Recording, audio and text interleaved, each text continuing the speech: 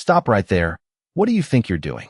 The officer's voice cut through the late afternoon air as Jamal Carter froze mid-step, a small brown paper bag still warm in his hands, the scent of fried chicken and cornbread drifting upward between them like something fragile, something easily misunderstood. And for a second the whole sidewalk seemed to hold its breath, the passing cars slowing just enough, the neighbors on their porches going quiet, watching, measuring, deciding what kind of story this was going to be before it even had a chance to unfold.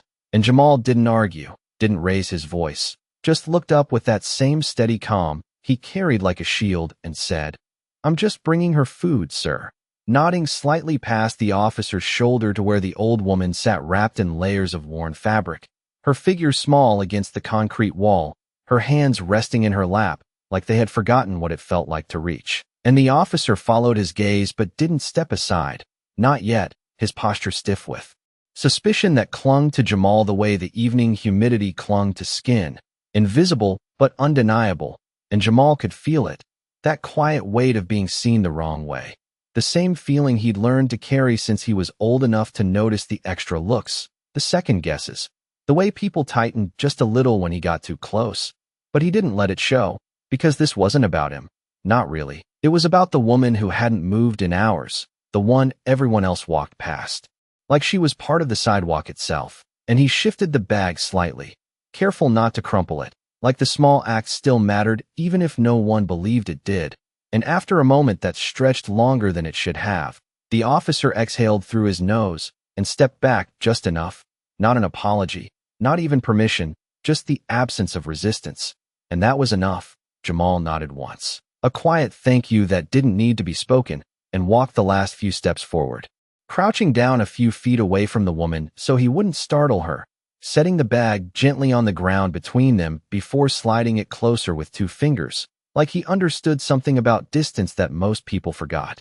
And for a moment she didn't react, didn't look up, didn't even move, and the silence settled again, softer this time, heavier in a different way, until finally her fingers twitched, just slightly, as if remembering how to respond to kindness took effort, and she reached out slowly, pulling the bag toward her with a careful grip, not desperate, not hurried, just deliberate.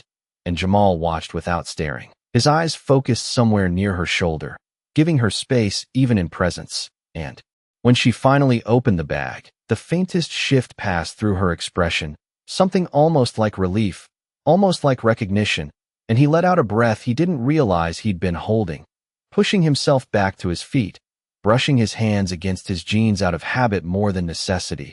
And he didn't wait for thanks, didn't ask questions, just said quietly, "It's still warm," before turning to leave. Because that was the rule he'd made for himself. No expectations, no attachments, just show up, do what he could, and go.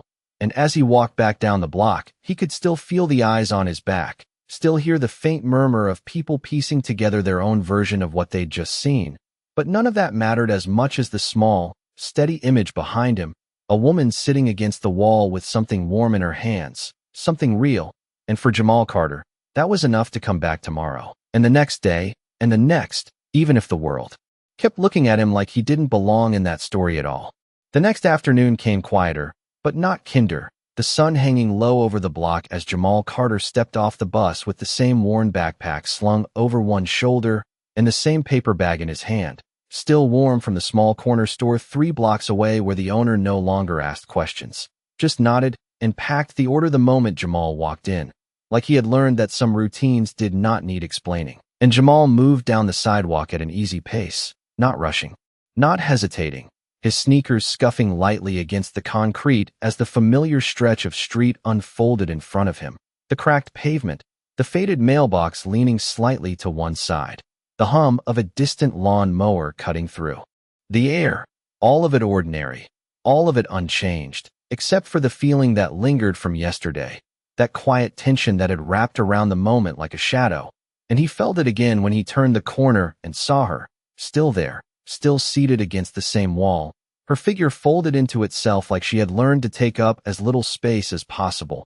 And for a second something inside him eased, just a little, because she had not disappeared, because this small connection had not been broken overnight. And he walked closer, slower now, careful, measured, until he reached the same spot he always stopped, a few feet away, and crouched down again, setting the bag gently on the ground before sliding it toward her, the paper brushing softly against the concrete. And this time, before he could pull his hand back, her voice came, low and rough like it had not been used in a long time. "You came back." And the words were simple, almost uncertain, but they landed heavier than anything else had that day. And Jamal paused, his fingers still resting lightly on the edge of the bag, and he gave a small nod, not making a big thing out of it, just answering quietly, "Yeah, ma'am," as if it was the most natural thing in the world, as if coming back was not a decision but a given. And she looked at him then, really looked, her eyes sharp in a way that did not match the rest of her worn appearance, like there was something behind them that had not faded with time, something watchful, something aware. And for a brief second it made Jamal straighten slightly, not out of fear, but out of respect he could not quite explain. And she reached for the bag again, slower this time, opening it with careful hands. And when the warmth touched her fingers, there was that same subtle shift in her expression, but now it was clearer, less guarded, like the space between them had changed just enough to allow it. And Jamal leaned back onto his heels, giving her room, letting the moment sit without filling it with unnecessary words, because he had learned that silence, when it was shared right, did not feel empty. It felt steady, and after a moment she spoke again, softer now.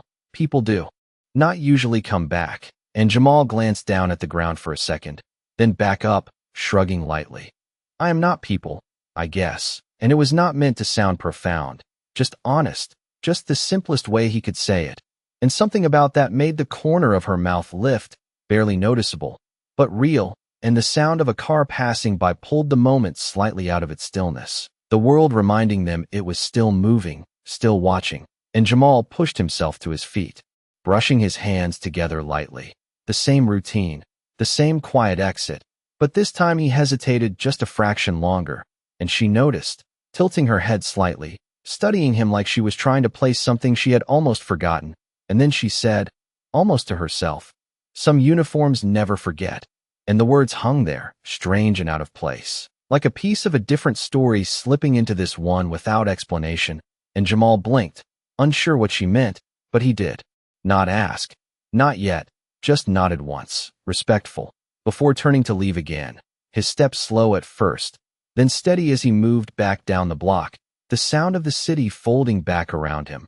But the sentence stayed with him, repeating quietly in his mind, not loud, not urgent, just present, like something that would make sense later.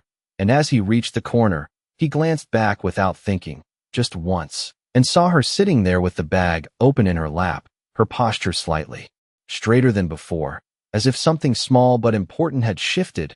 And Jamal exhaled softly, adjusting the strap of his backpack as he turned forward again, already knowing, without needing to say it out loud, that tomorrow he would come back again, not because anyone expected him to, not because it changed anything big or visible, but because something about it felt right in a way that did not need approval. And somewhere behind him, unnoticed by everyone else on that street, the old woman watched him go with a look that was no longer distant, no longer empty, but measuring, remembering, and waiting. By the fourth day, the routine had settled into something almost invisible to everyone else, but not to Jamal Carter, because to him it carried weight, quiet but steady, like a promise.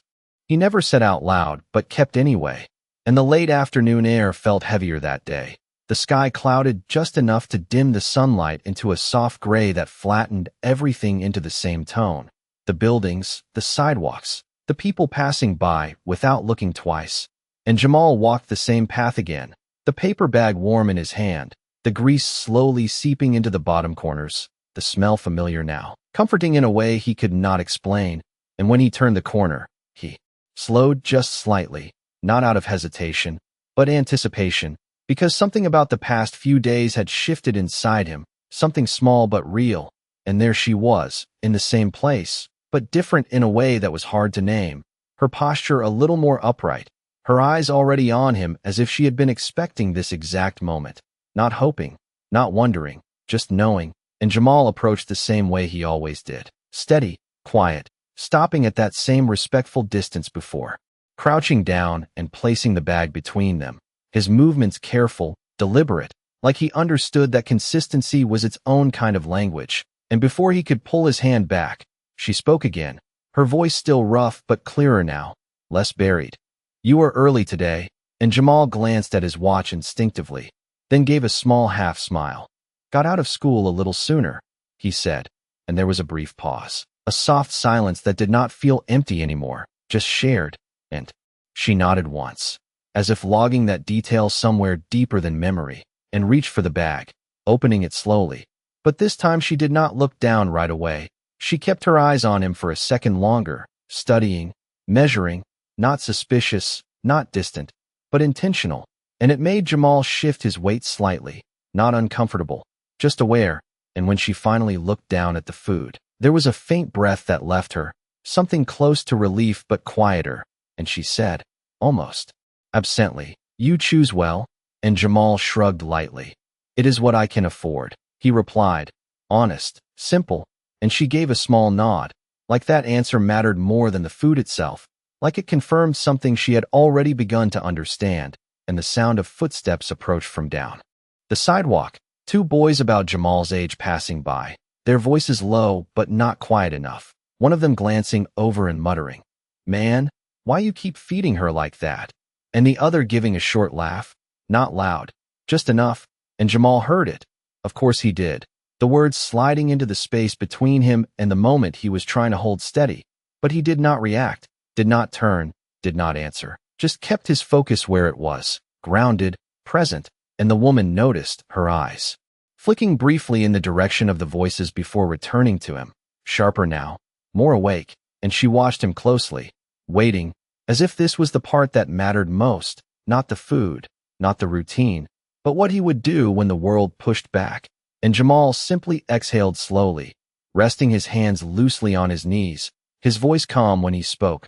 "People say things," he said, not defensive, not dismissive, just stating it. And she held his gaze for a moment longer, something shifting behind her eyes, something that looked almost like recognition.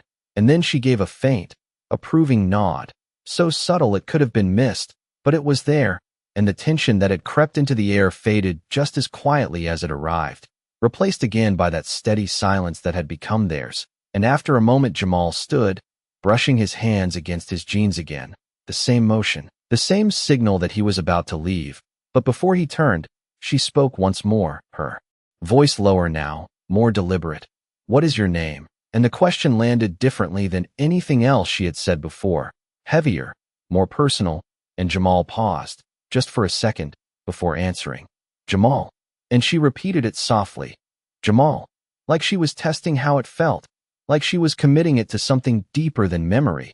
And then she nodded once, firmly this time, as if the name had locked something into place. And Jamal gave a small nod in return, not thinking too much of it, just accepting the moment for what it was, before turning and walking away again, his steps steady, his mind quieter than it had been days ago. But as he reached the end of the block, something made him slow, not stop, just slow. Because the feeling had changed, not dramatically, not enough to name, but enough to notice, like something unseen had begun to shift beneath the surface. And behind him, the woman sat with the open bag in her lap, her fingers resting lightly on the edge, her eyes following him until he disappeared around the corner. And this time, when she looked down at the food, her expression was no longer just relief, no longer just quiet gratitude. It was something else entirely, something thoughtful, something decided, like a choice had been made, not about the food, but about him, and far beyond the reach of that quiet street, beyond the cracked sidewalks and passing glances, something else had already begun to move, slow at first, unseen, but certain, as if a line had been crossed that could not be undone. "You keep coming back like it means something," she said before he even had the chance to kneel. And the words stopped Jamal Carter mid-step, the paper bag still warm in his hand as the late afternoon air carried a faint chill that had not been there the day before, the sky dimmer now, clouds stretching thin across the horizon like something quietly shifting. And Jamal looked at her, really looked this time, noticing the way she sat a little straighter, the way her eyes held his without drifting, not distant anymore, not fading into the background of the street, but present, sharp, almost waiting. and he let out a small breath, lowering himself into that familiar crouch, setting the bag down between them with the same careful motion he had repeated every day, the paper brushing softly against the ground. And he answered simply, "It does," not trying to explain it, not dressing it up, just the truth as he felt it. And for a moment neither of them spoke, the silence settling in. Again, but different now, heavier with something unspoken, something building just beneath the surface, and she reached for the bag slowly, her fingers steady as she opened it, the warmth rising up again. But her attention was not on the food, not fully, her gaze flickering back to him as if measuring something deeper than his actions. And then she said, almost quietly, "Most people only do something once, maybe twice, so they can feel good about it." And Jamal shifted slightly, resting his forearms on his knees, his hands loose, his voice calm. "I am not trying to feel good," he said, and she paused, her fingers still on the edge of the bag, her eyes narrowing just a fraction, not in suspicion, but in focus, like she was listening more carefully now. And Jamal added, after a brief second, "I just do not like leaving things unfinished." And that made something change in her expression, subtle but real, like a piece of a puzzle sliding into place. And she nodded once, slowly, almost to herself, as if confirming something she had been testing over the past few days. And the street behind them carried on as usual, cars passing, a dog barking in the distance, a couple walking by without slowing down, but none of it seemed to reach the small space they occupied, that quiet pocket where time felt just slightly stretched.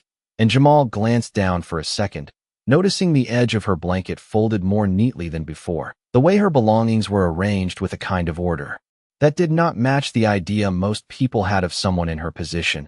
And it lingered in his mind for a moment before he pushed it aside, not needing to understand everything, just needing to show up. And as he shifted to stand, brushing his hands lightly against his jeans, she spoke again, this time more directly, "Jamal." And hearing his name in her voice carried a weight he had not expected, grounding and unfamiliar at the same time. And he paused, turning slightly back toward her. "Yes, ma'am." And she held his gaze for a long second, longer than before, and then said, "If one day I am not here, what will you do?" And the question landed differently than anything else she had asked, not casual, not reflective, but intentional, like she already knew the answer mattered. And Jamal blinked, caught off guard just enough to feel it, his brows drawing together slightly as he thought, not rushing to respond, not brushing it off. And after a moment he shrugged lightly, honest as always. "I would probably still come back," he said, his voice steady, "just in case." And something in that answer seemed to settle something in her, something deep, because her shoulders relaxed just slightly, her grip on the bag loosening as she nodded once more firmly this time, like a decision had just been confirmed. And she looked down at the food again, but her expression had changed, no longer just cautious, no longer just quietly grateful, but resolved, as if she had reached a conclusion that would carry beyond this moment. And Jamal watched her for a second longer, sensing the shift even if he did not understand it, before turning to leave once more, his steps steady as he moved down the sidewalk, the familiar rhythm of his routine continuing. But something about the air felt different, heavier in a way that did not come from the weather. And as he reached the corner, he slowed again, just slightly, that same instinct pulling at him. And he glanced back, just once, and saw her sitting there with the bag in her lap, her eyes following him again. But this time there was something else behind them, something quiet but powerful, like she was no longer just observing him, but remembering him. And somewhere far beyond the edges of that quiet street, beyond what Jamal could see or imagine, something had already begun to move, not loudly, not suddenly, but with the kind of certainty that did not need to announce itself, like a chain reaction set in motion by something as simple and as rare as a boy who chose to come back. The next day, the air felt wrong before Jamal Carter even turned the corner, like something familiar had been quietly removed without anyone announcing it.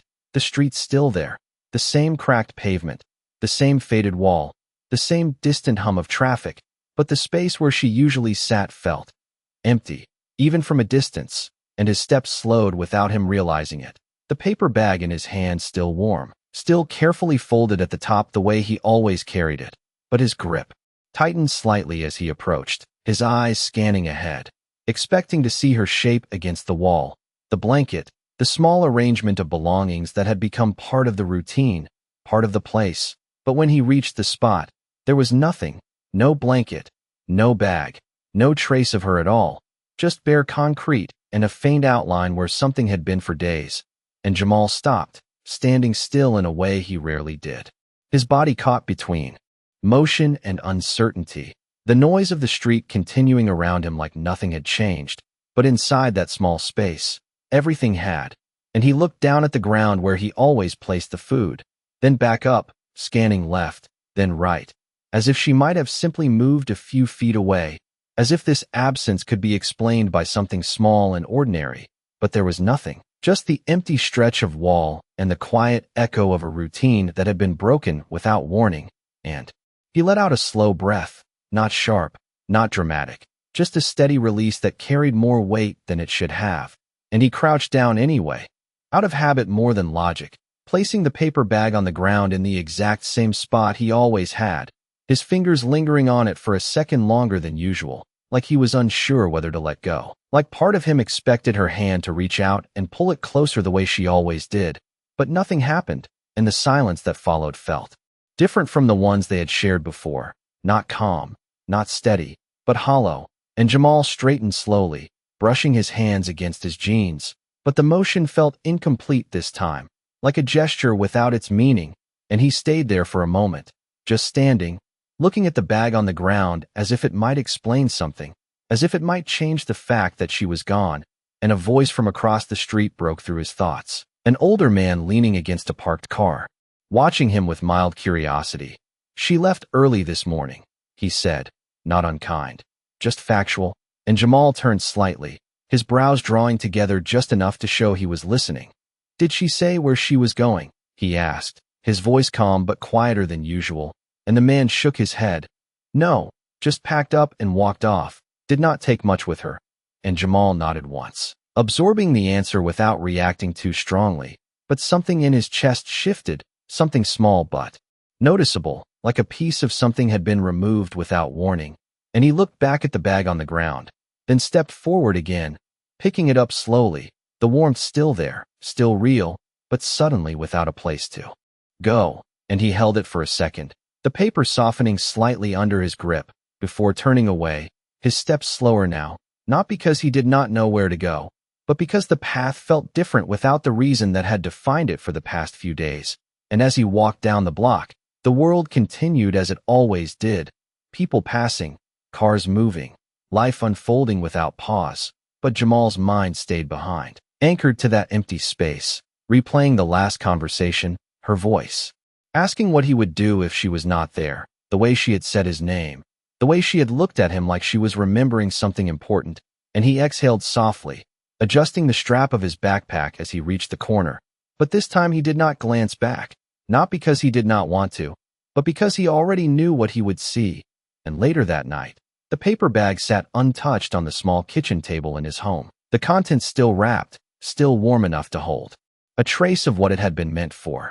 And Jamal stood there for a moment, looking at it under the dim light, his fingers resting lightly on the edge of the table, not sure what to do with something that had been part of a promise he had never spoken out loud. And after a long second, he picked it up again, folding it carefully, not throwing it away, not discarding it, just setting it aside like it still mattered, because to him, it did, even if the person it was meant for had disappeared. Without a word, and somewhere beyond the quiet walls of his home, far beyond what he could see or imagine, something else was already unfolding, something set in motion by days that had seemed small, unnoticed, but had been anything but. And Jamal, standing there in the soft glow of his kitchen light, had no idea that the absence he felt now was not an ending, but the beginning of something far larger than he had ever expected. The next morning, Jamal Carter woke up earlier than usual, not because he had to, but because something unsettled had followed him into sleep and refused to let go.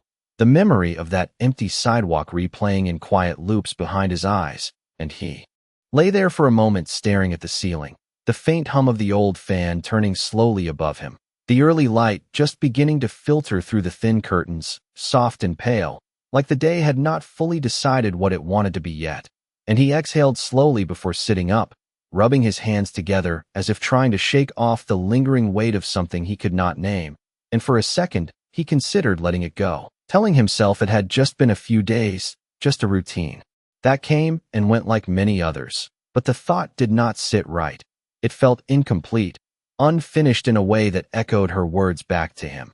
And that alone was enough to pull him out of bed, enough to carry him through his morning with a quiet sense of intention he did not question. And by the time the afternoon came, he found himself walking the same route again, the same path, the same rhythm, even though he knew what he would find, or rather, what he would not find. And still, he came. The paper bag in his hand once more, warm again, not because he expected her to be there, but because not bringing it would feel like breaking something he had not agreed to break. And when he turned the corner, the street looked exactly as it had the day before, unchanged, ordinary, the wall bare, the spot empty. But this time he did not slow as much, did not search as long. He already knew, and he walked forward with quiet certainty, crouching down again in the same place, setting the bag gently on the ground, his movements steady, deliberate, as if the action itself still mattered even without an audience. And he stayed there a moment longer this time, not expecting a response, not waiting for anything to happen, just letting the silence settle around him. And it felt different now, not hollow like yesterday, but calm in a strange way, like the absence had begun to take on its own meaning. And he rested his forearms on his knees, looking at the bag, then at the wall behind it. And for the first time, he spoke into that quiet space, his voice low, almost thoughtful. I said I would come back, and the words did not echo, did not return anything to him. But they did not feel wasted either. They just existed, simple and true. And after a moment he stood again, brushing his hands lightly against his jeans, the same motion. But this time it felt complete again, like the action had found its purpose even without her there. And as he turned to leave, a small detail caught his eye, something he had missed the day before. A folded piece of paper tucked into the narrow crack between the wall and the ground, almost hidden, almost invisible unless you were looking for something. And Jamal paused, his steps halting just enough for him to turn back, his gaze narrowing slightly as he walked closer again, crouching down once more, slower this time, more careful. And he reached out, pulling the paper free with 2 fingers, the edges worn but not damaged, like it had been placed there intentionally, not discarded. And he held it in his hands for a second, the weight of it far heavier than it should have been before. Unfolding it carefully, the paper opening with a soft crease, and inside, written in neat, steady handwriting, were just a few words, nothing long, nothing complicated, but enough to still the air around him. Not all who serve wear their uniform where the world can see it. And beneath that, a single initial, just the letter M, and Jamal stared at it for a moment, his brows drawing together slightly, not confused exactly, but aware that this was not random, not casual. This was something meant for him, something left behind with intention. And he exhaled slowly, folding the paper again with the same care he had used to open it, sliding it into his pocket without rushing, without questioning too much, because something about it felt clear even without explanation. And as he stood up again, the street felt different, not louder, not busier, just charged in a way he could not yet understand, like something had shifted just out of sight. And as he walked away from that spot for the second time without her there, his steps were steadier than the day before, his mind quieter, but deeper, turning over the words she had left behind, the way she had said his name, the way she had looked at him like she was remembering something important, and somewhere far beyond that quiet block, beyond the reach of his thoughts, beyond the limits of what he could imagine, something else had already begun to move with purpose, something set in motion not by chance, but by choice, by small moments that had been seen, measured, and remembered. And Jamal, walking down that familiar street with a folded piece of paper in his pocket, had no idea how far those moments had already traveled. You ever get the feeling someone is watching you, even when nobody is there? The thought came to Jamal Carter not as fear, but as awareness, quiet and steady as he walked home that evening, the folded paper still resting in his pocket, its edges pressing lightly against his leg with each step, a constant reminder that something about the past few days had not been ordinary, not even close. And he reached his front door just as the sky shifted into that deep blue hour where everything looked softer, quieter, like the world was holding its breath before night settled in. And he paused for a second before stepping inside, the familiar creak of the door grounding him in something real, something unchanged, but even that felt slightly different now, like he had carried something unseen back with him. And as he set his backpack down by the wall, his fingers instinctively reached into his pocket, pulling out the folded paper again, smoothing it carefully against the kitchen table under the dim overhead light, his eyes scanning the words once more, slower this time, letting each one settle. Not all who serve wear their uniform where the world can see it. And he exhaled softly, leaning his hands on the edge of the table, his reflection faint in the worn surface. And for the first time, he allowed himself to really think about it, not just read it, not just accept it, but question it, not with doubt, but with curiosity, because the way she had written it, the way she had looked at him when she spoke about uniforms, it did not feel random, it felt deliberate, like a message placed exactly where it needed to be. And Jamal straightened slowly, folding the paper again with care, slipping it back into his pocket like it belonged there now, like it was part of him in a way he did not yet understand. And across town, far beyond the quiet streets he knew, inside a building where everything was polished and precise, a different kind of movement was taking place, quiet but unmistakable. Men in pressed uniforms standing in measured lines, voices low, controlled, carrying information from one to another with the kind of efficiency that did not allow for mistakes. And at the center of it, a single photograph rested on a desk, slightly worn at the edges, the image simple but clear, a teenage boy crouched on a sidewalk, placing a paper bag in front of an older woman, his posture careful, respectful, unaware of the moment being captured, and a hand reached down, lifting the photo slowly, holding it at eye level, studying it with a focus that carried weight, not casual interest, but recognition, and a voice, calm and steady, broke the silence of the room. "That is him." And the words were not loud, but they did not need to be, because everyone in the room understood what they meant, understood that something had been identified, something confirmed, and the man holding the photograph nodded once, his expression unreadable but firm, as if a decision had already been made long before this moment. And back in his small home, Jamal moved through his evening like he always did, heating up leftovers, washing dishes, the routine grounding him in something simple and real. But every so often his hand would brush against his pocket, checking for the paper without thinking, as if part of him was making sure it had not disappeared the way she had. And later, as he sat by the window, the quiet of the night settling around him, he looked out at the street, the occasional car passing, the distant glow of streetlights stretching down the block, and he thought about the question she had asked him, what he would do if she was not there, and he had answered without hesitation, without knowing how much it would matter. And now, sitting there in the stillness, he realized something small but important. He had not gone back because he expected anything in return. He had gone back because it felt right, because leaving it unfinished had never been an option. And that thought settled into him like something solid, something unshakable, and far beyond his window, beyond the reach of his quiet understanding. Engines had already begun to start, orders already given, movements already set into motion, not rushed, not chaotic, but precise, intentional, like a response to something that had been waiting to be found. And Jamal, sitting there with the night stretching quietly around him, had no idea that the simple act of coming back, again and again, had already been seen, measured, and carried further than he could imagine, and that by the time the next day arrived, the quiet rhythm of his life was about to meet something far louder, far more visible than anything he had ever expected. The next morning did not arrive quietly.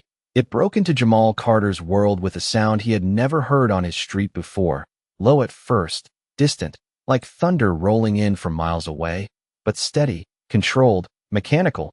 And Jamal paused halfway through tying his sneakers, his fingers freezing mid-knot as the vibration carried faintly through the floor, subtle but undeniable, and he frowned slightly, glancing toward the window as the sound grew louder, not chaotic, not random, but organized, deliberate, like something moving with purpose. And he stood slowly, walking toward the front window, The early morning light still pale, stretching thin across the quiet row of houses, and for a second everything looked normal, still, unchanged, until the first vehicle turned onto his street, dark, clean, moving slower than regular traffic, followed by another, and another, each one spaced with precision. And Jamal's brows pulled together as he leaned slightly closer to the glass, his breath fogging the corner of it for just a second, and then he saw them.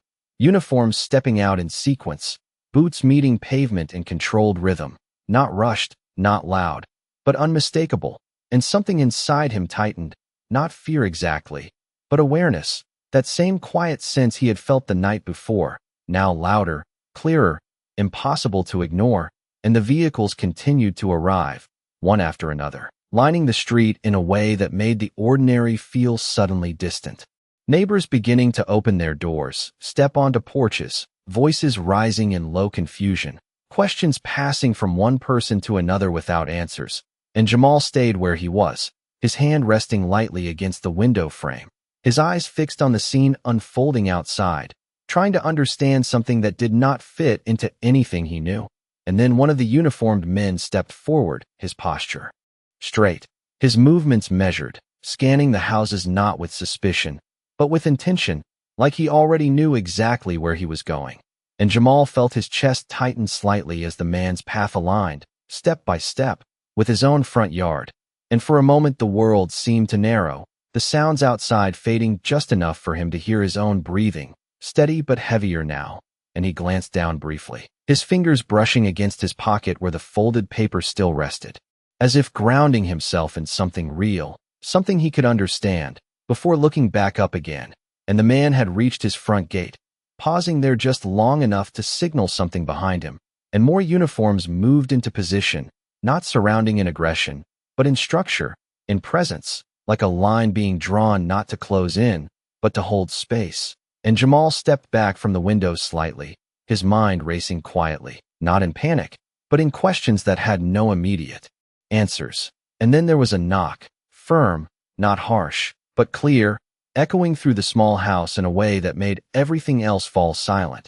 And Jamal stood there for a second, unmoving, the sound settling into the space around him, before he exhaled slowly and walked toward the door, each step steady, deliberate, like he had already decided not to run, not to hide, just to face whatever was waiting on the other side. And when he reached the door, his hand hovered over the handle for just a fraction of a second, the memory of the past few days flashing quietly through his mind, the empty sidewalk, the folded note, the words she had left behind.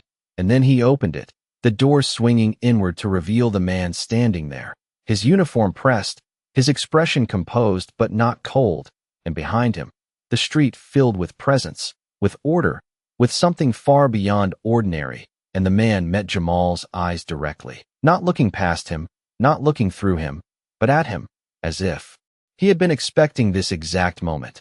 And for a brief second, neither of them spoke, the air between them still, charged, before the man reached into his jacket slowly, pulling out something small, rectangular, and holding it carefully. And Jamal's gaze dropped to it instinctively, his breath catching just slightly as he recognized the image even before it was fully visible. The photograph, him crouched on the sidewalk, placing that same paper bag in front of her. And the man spoke then, his voice calm, steady, carrying a weight that did not need to be explained. "We have been looking for you." And the words settled into Jamal's chest not as a threat, not as a warning, but as something else entirely, something that connected everything that had happened in ways he was only just beginning to understand. And behind the man, the quiet line of uniforms stood in place, not moving, not speaking, but present. And Jamal, standing in his doorway with the morning light stretching across his shoulders, realized that the small, quiet choices he had made on that sidewalk had not gone unseen, not even close. And whatever came next was no longer just his story alone. "Looking for me for what?"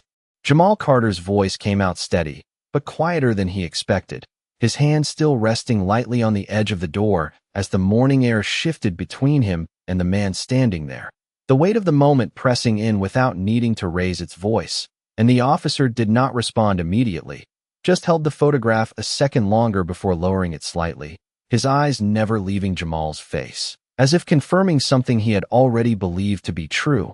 And behind him, the line of uniforms remained still, not rigid, not threatening, just present, like witnesses to something that had already been decided. And Jamal felt it again, that quiet awareness from the night before, now clearer, sharper, like a thread pulling everything together.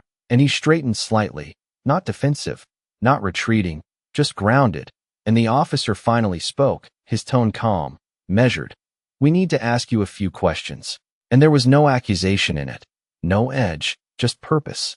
And Jamal nodded once, stepping back just enough to open the door wider, not because he was told to, but because it felt like the right thing to do. And the officer stepped inside with the same controlled movement he had carried outside, removing his cap as he entered, a small gesture that shifted the air just slightly, making the space feel less like an intrusion and more like a conversation. And Jamal closed the door behind him. The sound soft but final, sealing the moment into something real. And for a second they stood there in silence, the kitchen lights still on from earlier, casting a warm glow over a space that suddenly felt too small for what was happening. And the officer glanced briefly around, not searching, just observing, before his attention returned fully to Jamal. And he held the photograph out, closer this time. "This was taken 3 days ago," he said. And Jamal looked at it again, closer now, the details sharper, the angle clearer. And for the first time he realized something he had not noticed before. The perspective, slightly elevated, slightly distant, like it had been captured from across the street, unnoticed. And he frowned just slightly, not in anger, but in realization. And the officer continued, "You came back every day." And it was not a question, just a statement. And Jamal nodded again. "Yes, sir." And the officer studied him for a moment, something shifting behind his eyes, something that looked almost like respect, but held in check, measured. And then he asked, "Why?" And the word hung there, simple, direct, heavier than anything else that had been said. And Jamal did not answer right away, not because he did not know, but because he wanted to say it right, to keep it as honest as it had always been. And after a second, he shrugged lightly, his voice calm. "She needed it," he said. And the officer's gaze did not change, did not soften or harden, just stayed steady. "That is not what I asked," he replied, not unkind, just precise. And Jamal exhaled slowly, his eyes dropping for a brief second before returning to meet the man's. "Because I could," he said. And the room fell quiet again, the kind of silence that did not feel empty, but full, like something important had just been placed into it. And the officer held his gaze a moment longer, then nodded once, slowly, as if that answer had settled something deeper than the conversation itself. And he lowered the photograph, slipping it back into his jacket with care. And for the first time, his posture shifted slightly, less formal, less distant. And he reached into his pocket again, pulling out something else, a small, rectangular object, dark, worn at the edges. And he held it out to Jamal without speaking. And Jamal hesitated just a fraction before taking it, his fingers brushing against the surface as he turned it over, his breath catching just slightly as he recognized what it was, a military insignia, engraved with a name, a rank, and beneath it, a single word that stood out more than anything else: honor. And Jamal looked up, his confusion now clearer, his voice quieter. "I do not understand."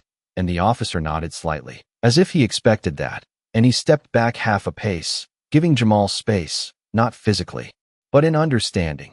And then he spoke, his voice carrying something different now, something personal. "The woman you have been helping," he said, pausing just long enough for the words to settle. "She is not who you think she is."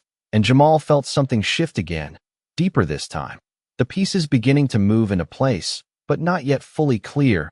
And the officer continued, "And what you did, it did not go unnoticed."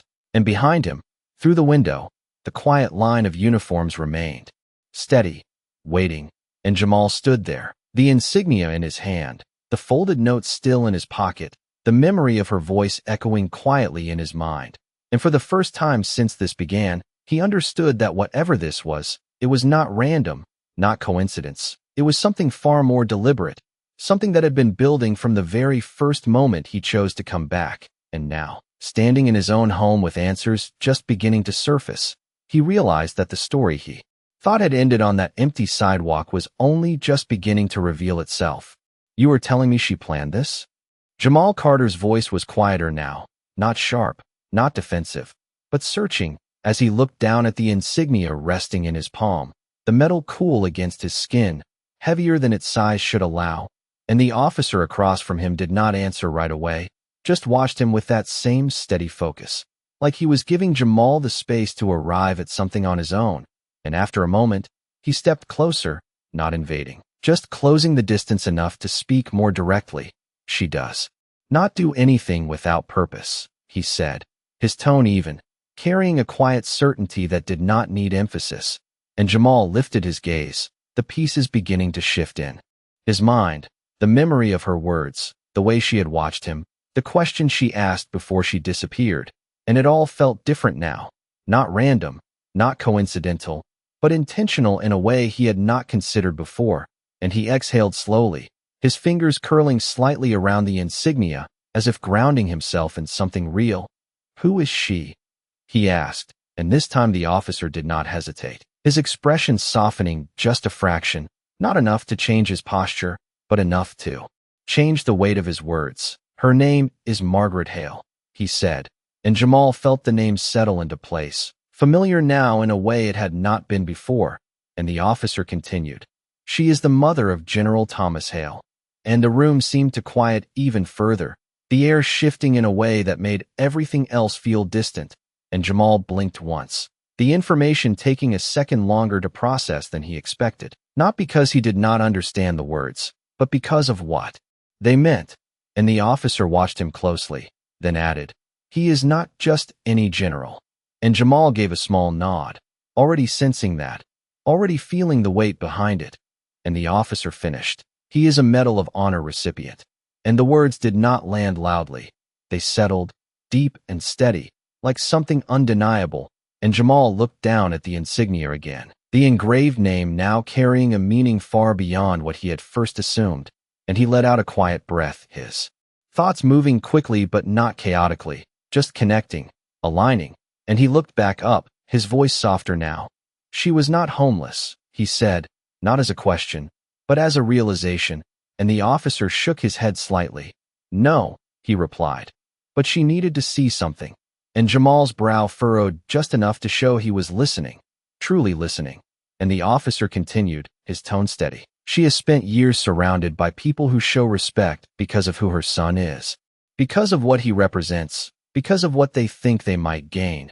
And Jamal felt something shift again, deeper this time, understanding beginning to take shape.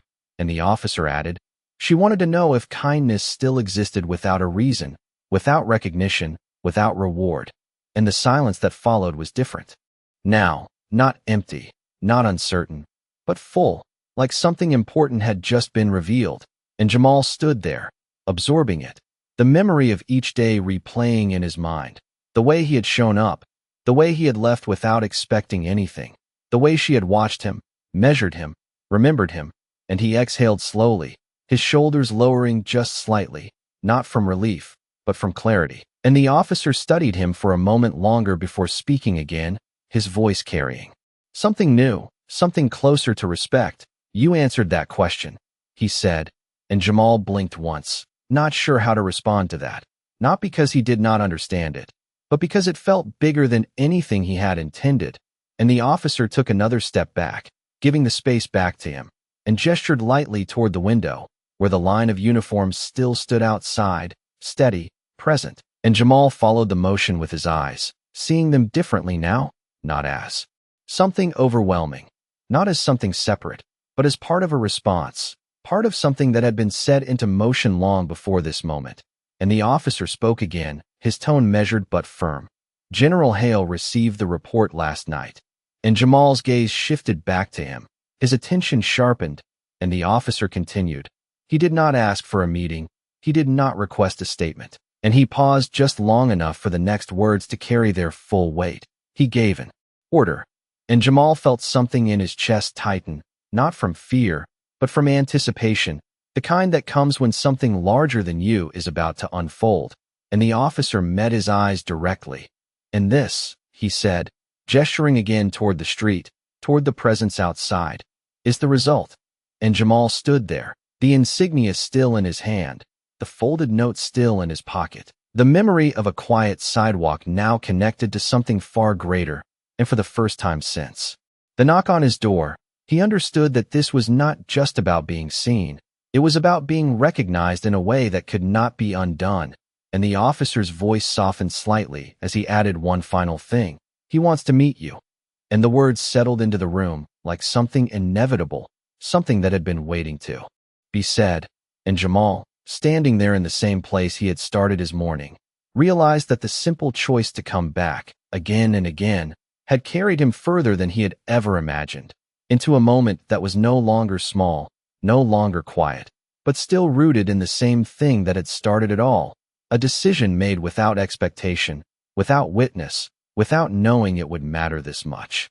You can say no, the officer added, his voice quieter now, almost personal, and that was the first thing that made Jamal Carter pause. Not the mention of a general, not the line of uniforms outside, but that simple sentence, because it shifted everything from expectation to choice. And Jamal stood there for a moment, the insignia still resting in his hand, the edges pressing lightly into his palm as he turned the words over in his mind.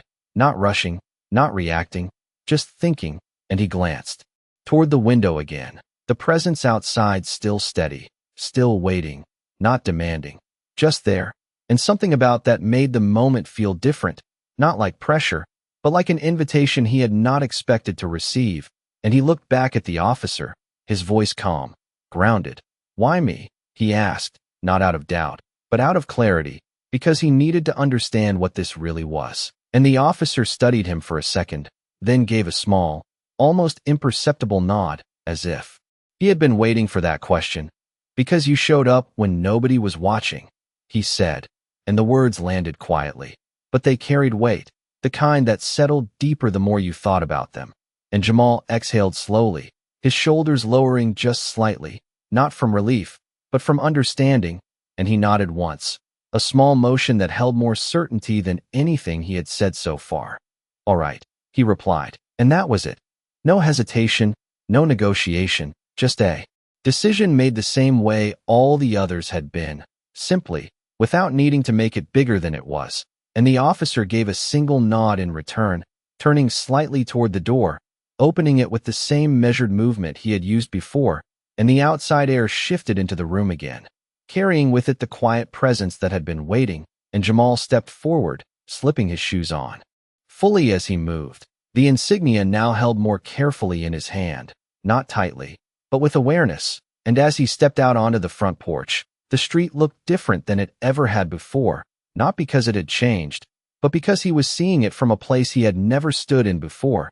And the line of uniforms straightened just slightly as he appeared, not in formality, not in performance, but in recognition, subtle, respectful. And Jamal paused for just a second at the top of the steps, his gaze moving across them, taking in the scene without trying to fully understand it yet, because part of him knew that would come later. And as he stepped down onto the walkway, one of the men moved forward, opening the door to one of the vehicles without a word, the gesture simple, clear, and Jamal approached, his steps steady, his mind quiet in a way that surprised him.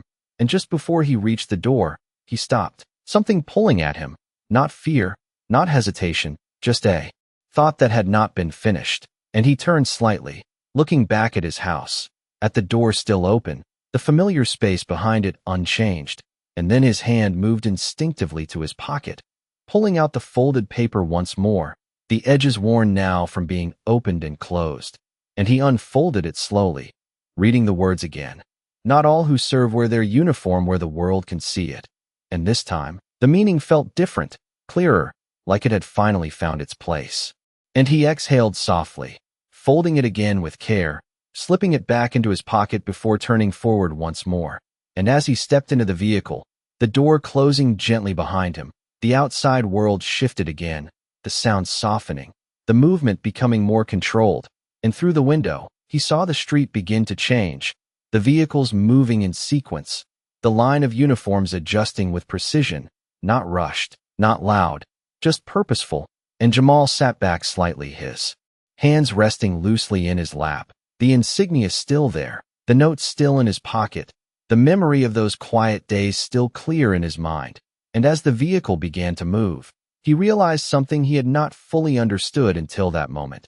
That none of this, not the presence outside, not the meeting ahead, not the recognition unfolding around him, none of it had been the reason he showed up in the first place. And that was exactly why it mattered. And outside, the neighborhood slowly returned to its usual rhythm, the cars passing, the voices fading, the morning continuing as if nothing had happened. But for Jamal, sitting inside that moving vehicle, the path ahead was no longer something small or predictable. It was something new, something unknown, and yet it felt steady because it had started from something that had never needed to be seen to be real. The vehicle slowed long before it stopped, the movement gradual, controlled, like everything about this moment had been measured down to the smallest detail. And Jamal Carter felt it in the way his body shifted slightly forward, his hands resting calmly in his lap, the insignia still there, the edges now familiar against his skin. And when the vehicle finally came to a stop, there was no sudden rush, no loud command, just a quiet pause, like the world itself was giving space for what came next.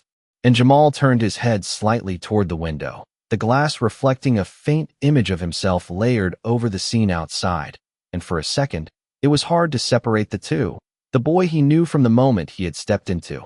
And then the door opened, smooth, precise, and the same officer stood there, not reaching in, not urging, just waiting. And Jamal nodded once before stepping out, his feet meeting the ground with a soft, steady contact. And the air here felt different, cleaner, quieter, not empty, but intentional, like every sound had been placed exactly where it needed to be. And he looked up, taking in the space around him, the wide concrete path, the building ahead, structured and calm, not overwhelming, but undeniably important. And there was a stillness here that was not absence, but control, the kind that came from discipline, from years of things being done with purpose. And Jamal stood there for a moment, not frozen, just absorbing, letting the weight of the place settle into him without resisting it. And the officer stepped slightly to the side, gesturing forward, not with authority, but with respect, as if this next step belonged to Jamal alone. And Jamal moved forward, his pace steady, his shoulders relaxed, not because he fully understood what was happening, but because he trusted the path that had brought him here. And as he walked, the quiet presence of others became more noticeable, uniforms at a distance, movements controlled, eyes aware but not intrusive. And it did not feel like being watched. It felt like being acknowledged, and that difference settled something in him he had not realized was tense. And when they reached the entrance, the doors opened without sound, the interior revealing itself slowly, polished floors, soft light reflecting off clean surfaces, the air carrying a faint scent of something neutral, something that did not distract. And Jamal stepped inside, his footsteps softer now, the sound absorbed by the space itself. And he noticed how everything seemed to move with intention, nothing rushed, nothing wasted. And the officer led him down a short corridor, then stopped outside a single door, plain, unmarked. And he turned to Jamal, his expression the same as before, steady, respectful. "He is inside," he said. And for a moment, the words hung there, not heavy, but meaningful, like the final piece before something came together. And Jamal nodded once, his hand instinctively brushing against his pocket, feeling the folded paper still there, grounding. And then he reached for the door, his fingers wrapping around the handle, the metal cool but not cold. And he paused just a fraction of a second, not out of fear, but awareness. Because he understood now that this moment mattered, not because of who was on the other side, but because of what had led him here. And then he opened it, slowly, and stepped inside. The room quiet, simple, a large window letting in soft light, a desk positioned with care, and behind it, a man stood, not seated, not distant, but present. And Jamal recognized him instantly, not from memory, but from the weight he carried, the posture, the stillness, the kind of presence that did not need introduction. And the man stepped forward, not quickly, not slowly, just with purpose. And for a moment, they stood facing each other, the space between them filled with everything that had already happened, everything that did not need to be explained. And then the man spoke, his voice calm, grounded, carrying something deeper than authority. "My mother told me about you." and Jamal felt something shift in his chest. Not surprise, not disbelief, but recognition, like the story had come full circle in a way he had not expected, and the man continued, his gaze steady. She said you came back when no one else did. And Jamal lowered his eyes just slightly, not out of discomfort, but humility, because to him, it had never been about being seen, and when he looked up again, the man's expression had softened, just enough to show something human beneath the structure, and he extended his hand, not as a formality, not as a gesture of rank, but as something simpler, something equal, and Jamal stepped forward, meeting it without hesitation, his grip firm but not forced, and in that moment, nothing else in the room seemed to matter, not the building, not the uniforms, not the presence outside, just the connection between two people standing in the same space, one who had been tested without knowing it, and one who had been searching for something real, and as their hands parted, the man nodded. Once, a small, definitive motion, and said quietly, "Thank you." And the words carried no excess, no performance, just truth. And Jamal stood there, the insignia still in his hand, the note still in his pocket, and for the first time since this began, he understood not just what had happened, but why it mattered, and the room fell into a quiet that did not need to be filled, because everything that needed to be said had already found its place. The room did not rush to fill the silence after that. It held it, gently, like something worth keeping, and Jamal Carter stood there with his hands at his sides, the faint warmth of that brief handshake still lingering in his palm, not because of who the man was, but because of how he had chosen to meet him, not above, not distant, just present. And General Thomas Hale stepped back slightly, not returning behind the desk, not creating distance, but allowing the space to remain shared, and he glanced toward the window for a moment, the light shifting just enough to soften the edges of everything in the room. Before looking back at Jamal, his expression steady, but no longer formal. "She does this sometimes," he said quietly, and Jamal understood immediately who he meant, the image of Margaret sitting against that wall rising clearly in his mind, and the general continued, "Not often, and never without reason," and Jamal gave a small nod, his fingers brushing lightly against his pocket again, feeling the folded paper still there, and he reached in, pulling it out slowly, unfolding it once more as he held it between them. "She left this," he said, his voice calm, and the general's gaze dropped to the paper, his eyes scanning the words with a familiarity that suggested he had seen something like this before, and a faint shift passed through his expression, something softer, something almost like pride, but quieter, more contained, and he nodded once. "That sounds like her," he replied, and Jamal looked down at the words again, then back up. "I did not know what it meant at first," he admitted, and the general met his eyes, not correcting, not explaining too quickly, just letting the moment sit for a second.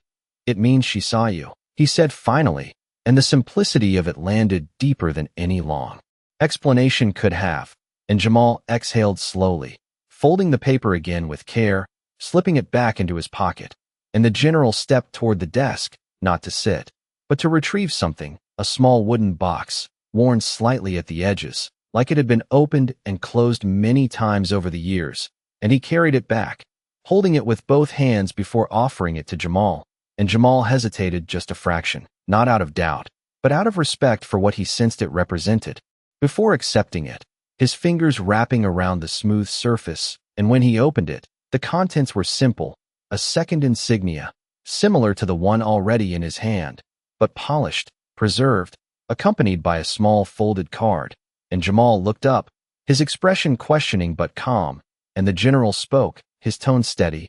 "That one," he said, nodding toward the insignia Jamal had first been given, "was hers to give," and then he gestured to the one in the box. "This one is mine."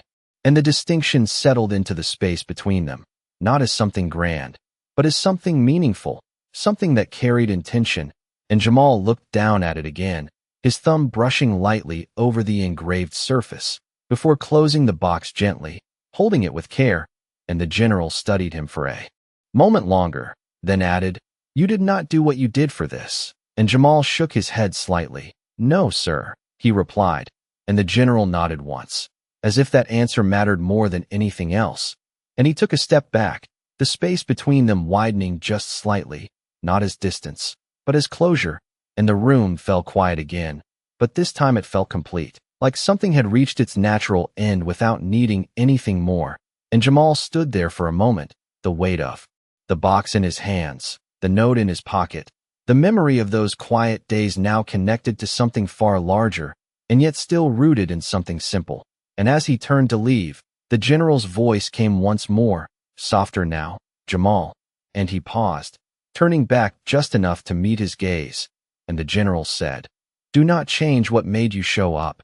And Jamal nodded, a small, certain motion, not because it was a request, but because it was something he already understood, and he stepped out of the room, the door closing quietly behind him. The corridor outside unchanged, the soft lights still steady, the air still calm. And as he walked back toward the exit, the presence around him felt different now, not distant, not formal, but acknowledging, subtle nods, quiet glances, not drawing attention, but offering it in a way that did not need words. And when he stepped outside, the vehicles were still there, the lines still present, but the moment had shifted, no longer an arrival, but a departure. And Jamal paused for just a second on the steps, looking out at the open space ahead, the sky brighter now, the day fully settled. And he reached into his pocket once more, touching the folded paper lightly, not taking it out this time, just feeling it there, grounding. And then he stepped forward, the path ahead no longer uncertain, not because he knew exactly where it would lead, but because he understood what had brought him this far. And somewhere behind him, unseen but certain, a woman who had once sat quietly against a wall had already made her choice, and in doing so, had changed something small and invisible into something that would not be forgotten, not because it was witnessed, but because it was real. And Jamal Carter walked forward with that understanding resting quietly inside him, steady, unchanged, and enough.